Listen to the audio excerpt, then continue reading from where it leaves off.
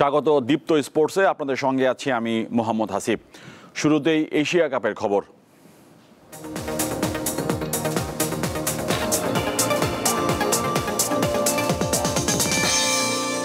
এবারের এশিয়া কাপে ৪-৬ ফুল ঝুড়ি নয়, বরং ক্যাচ মিসের মহড়া দেখেছেন দর্শকরা। পাল্লা দিয়ে প্রতিটা দলের খেলোয়াড়ের হাত থেকে ফসকে পড়েছে বল। সেই তালিকায় সবার উপরে আছে ভারত, আর দুইয়ে যৌথভাবে বাংলাদেশ ও আইসিসি সহযোগী দেশ হংকং। এশিয়া কাপের চলতি আসরে প্রথম দল হিসেবে ফাইনালে উঠেছে ভারত। টুর্নামেন্ট জুড়ে ব্যাটে বলে দুর্দান্ত পারফরমেন্স দেখালেও ফিল্ডিংয়ে ততটা ভালো করতে পারেনি গৌতম গম্ভীরের শিষ্যরা। সবশেষ দুবাইতে বাংলাদেশের বিপক্ষে ম্যাচে টাইগার ওপেনার সাইফ হাসানের ক্যাচ 4 বার মিস করে ভারত। এর আগে পাকিস্তানের বিপক্ষেও 4টি সহজ ক্যাচ মিস করে তারা। এখন পর্যন্ত সর্বোচ্চ 5 ম্যাচে মোট 12টি ক্যাচ মিস করেছে সূর্যা কুমাররা। আর এর কারণ হিসেবে স্টেডিয়ামের ফ্লাডলাইটকে দোষারোপ করেন ভারতীয় স্পিনার বরুণ চক্রবর্তী। অপরদিকে টুর্নামেন্টে 11টি ক্যাচ মিস করে হংকং দ্বিতীয় অবস্থানে। বাংলাদেশের খাতায় ক্যাচ মিসের সংখ্যা 8টি থাকলেও পাকিস্তানের বিপক্ষে অলিখিত সেমিফাইনালে 3টি ক্যাচ মিস করে হংকংয়ের পাশে নাম লেখালো বাংলাদেশ। আর তৃতীয় স্থানে উঠে এলো 6টি ক্যাচ ছেড়ে দেয়া শ্রীলঙ্কা। পাকিস্তানের ফিল্ডিং নিয়ে প্রায় রসিকতা হয়, কিন্তু চলতি আসরে দলটি ক্যাচ ছেড়েছে মাত্র 3টি, আর সবচেয়ে কম 2টি ক্যাচ ছেড়েছে সংযুক্ত আরব আমিরাত। মূলত আরব আমিরাতের স্টেডিয়ামের ফ্লাডলাইট রিং অফ ফায়ার ডিজাইনের, কিন্তু ক্রিকেট বিশ্বে বাকি স্টেডিয়ামগুলোর ফ্লাডলাইট পাইলন স্টাইলের। ফুটবল স্টেডিয়ামে রিং অফ ফায়ার ডিজাইনের ফ্লাডলাইটের প্রচলন বেশ আগে থেকেই, কিন্তু ক্রিকেটে এটা অপেক্ষাকৃত নতুন। ঈশান হাসান, দীপ্ত স্পোর্টস। দুই ফাইনালিস্ট নির্ধারণ হওয়ায় আজ শেষ হচ্ছে এশিয়া কাপের সুপার 4-এর লড়াই। ভারত ও শ্রীলঙ্কার মধ্যকার নিয়মরক্ষার ম্যাচটি শুরু হবে দুবাইতে রাত 8:30টায়। সুপার 4-এ প্রথম 2 ম্যাচে জয় পেয়ে সবার আগে ফাইনালে নাম লিখিয়েছে ভারত। অন্যদিকে বাংলাদেশ ও পাকিস্তানের কাছে হেরে সবার আগেই শেষ 4-এ মিশন শেষ করেছে শ্রীলঙ্কা। তাই ম্যাচটা ভারতের জন্য নিয়ম রক্ষার হলেও শ্রীলঙ্কার জন্য মান ধরে রাখার লড়াই। নিজেদের শেষ ম্যাচ জিতে এবারে এশিয়া কাপ শেষ করতে চায় লঙ্কানরা। 2023 সালের সবশেষ এশিয়া কাপের ওয়ানডে ফরম্যাটে ভারতের কাছে হেরে রানার আপ হয়েছিল লঙ্কানরা।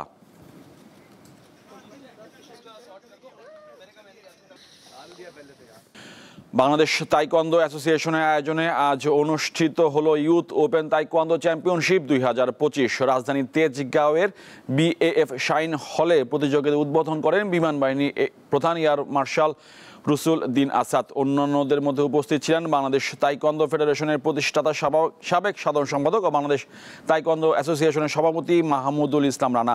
দিনব্যাপী প্রতিযোগিতার দেশের 10টি জেলা, 25টি ক্লাব, বিভিন্ন স্কুল কলেজ থেকে 350 জন পুরুষ ও 150 জন নারী তাইকোয়ান্দো খেলোয়াড় অংশগ্রহণ করেন।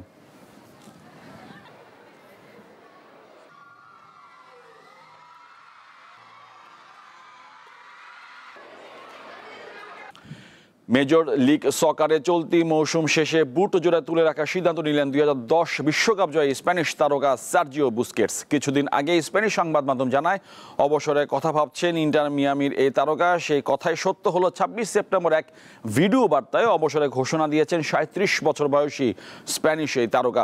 2008 সালে বার্সেলোনার হয়ে অভিষেকের পর 2 দশকের ক্যারিয়ারে তিনি খেলেছেন 800-র বেশি ক্লাব ম্যাচ এবং 143টি আন্তর্জাতিক ম্যাচে গোল ম্যাচ। শিরোপার ঝুলিতে আছে 36টি ট্রফি, যার মধ্যে আছে 9টি লা লিগা শিরোপা, 3টি উয়েফা চ্যাম্পিয়ন্স লিগ এবং 2010 বিশ্বকাপ। 2023 সালে শৈশবের বন্ধু লিওনেল মেসির সঙ্গে যোগ দিতে বুস্কেটস নাম লেখান ইন্টার মিয়ামিতে।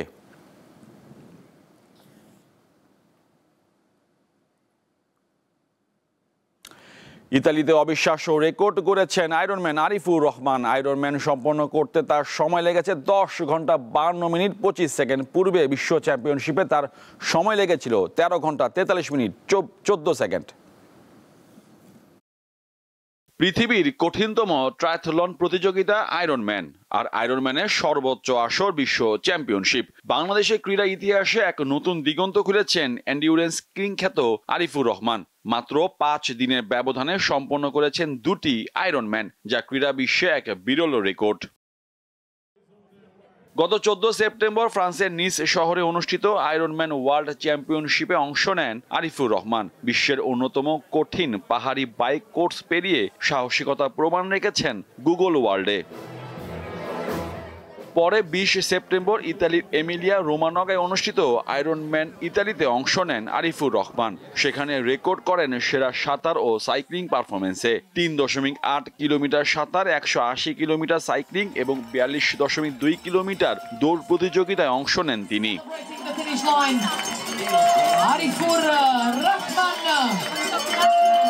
এর আগে চলতি বছর আল্ট্রা ম্যারাথন ম্যাচে কোস্টার আল্ট্রা 100 কিলোমিটার দৌড় প্রতিযোগিতায় মাত্র 9 ঘন্টা 32 মিনিটে ম্যাচটি শেষ করে বাংলাদেশের নতুন রেকর্ড করেন আরিফুর রহমান।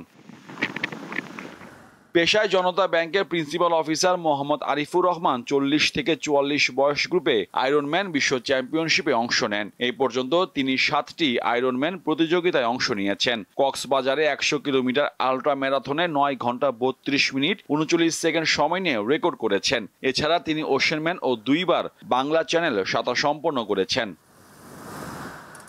এবারের আয়রনম্যান বিশ্ব চ্যাম্পিয়নশিপে 86টি দেশে প্রায় 2000-এর বেশি ট্রায়াথলেটের মধ্যে বাংলাদেশের 2 জন আয়রনম্যান ছিলেন, একজন আরিফুর রহমান এবং দ্বিতীয়জন মোহাম্মদ শামসুজ্জামান আরাফাত।